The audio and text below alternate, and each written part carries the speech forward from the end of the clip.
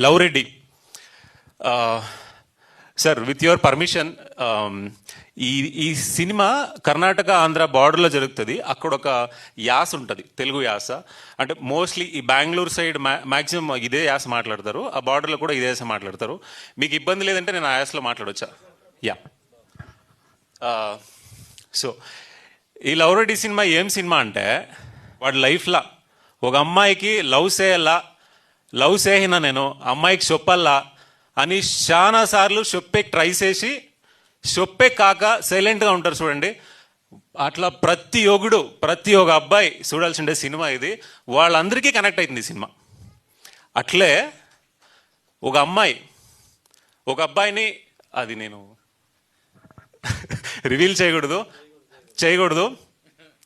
ప్రతి ఒక్క అమ్మాయి, ప్రతి ఒక్క ఆడబిడ్డ ఈ సినిమా కనెక్ట్ అవుతుందండి. ఇదైతే షూర్.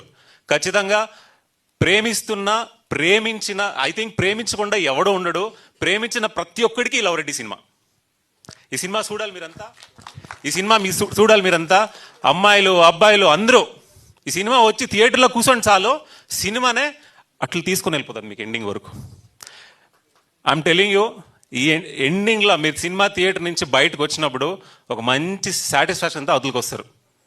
అరే బాగుండే సినిమా చూయినాంరా, బాగుండే సినిమానే, ఒక కొత్త స్లాంగ్, కొత్త యాస ఉంది. సరే ఈ సినిమా మీకు థియేటర్లో వచ్చి కూర్చుంటే ఒక డిఫరెంట్ ప్రపంచానికి తీసుకెళ్ళిపోతుంది.